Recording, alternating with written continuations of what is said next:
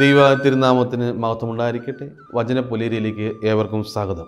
ഇന്നത്തെ ചിന്തയ്ക്കായി എടുത്തിരിക്കുന്ന വേദഭാഗം ഉൽപ്പത്തി പുസ്തകം 45-ാം അധ്യായം അതിൻ്റെ 5-ാമത്തെ വാക്യമാണ്. അവിടെ ഇപ്രകാരം നാം വായിക്കുന്നു: എന്നെ ഇവിടെ വിട്ടുതോർത്ത് നിങ്ങൾ വിഷമിക്കുകയോ വിഷാദിക്കുകയോ വേണ്ട, കാരണം ജീവൻ നിലനിർത്താൻ വേണ്ടി ദൈവമാണ് എന്നെ നിങ്ങൾക്ക് മുമ്പേ ഇങ്ങോട്ട് അയച്ചത്. ജോസഫ് തൻ്റെ സഹോദരങ്ങളോട് പറയുന്നതായ ഒരു കാര്യമാണ്. സഹോദരങ്ങൾ ഒരുപക്ഷെ ജോസഫാണ് ഈ മുന്നിൽ നിൽക്കുന്നതെന്ന് കേട്ടപ്പോൾ ഒരുപക്ഷെ ഭയന്ന് കാണാം. കാരണം തങ്ങൾ ജോസഫിനോട് ചെയ്ത പ്രവൃത്തികൾ, തിന്മകളൊക്കെ ഒരുപക്ഷെ അവരുടെ മനസ്സിലൂടെ അപ്പോൾ കടന്നു പോയിട്ടുണ്ടാകും. പക്ഷേ ജോസഫ് പറയുകയാണ്, ഇതെല്ലാം ദൈവത്തിൻ്റെ പദ്ധതിയായിരുന്നു.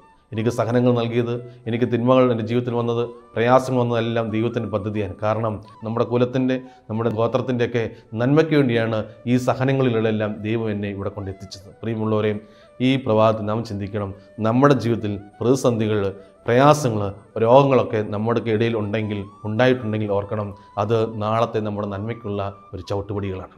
ഈ ചവിട്ടുപടികളുടെ വേദനകളാകുന്ന, പ്രയാസങ്ങളാകുന്ന, രോഗങ്ങളാകുന്ന ചവിട്ടുപടികളുടെ ദൈവത്തെ ആശ്രയിച്ച് മുന്നോട്ട് പോകുമ്പോൾ ദൈവം നമുക്കൊരു നന്മ കൊണ്ടുത്തരും.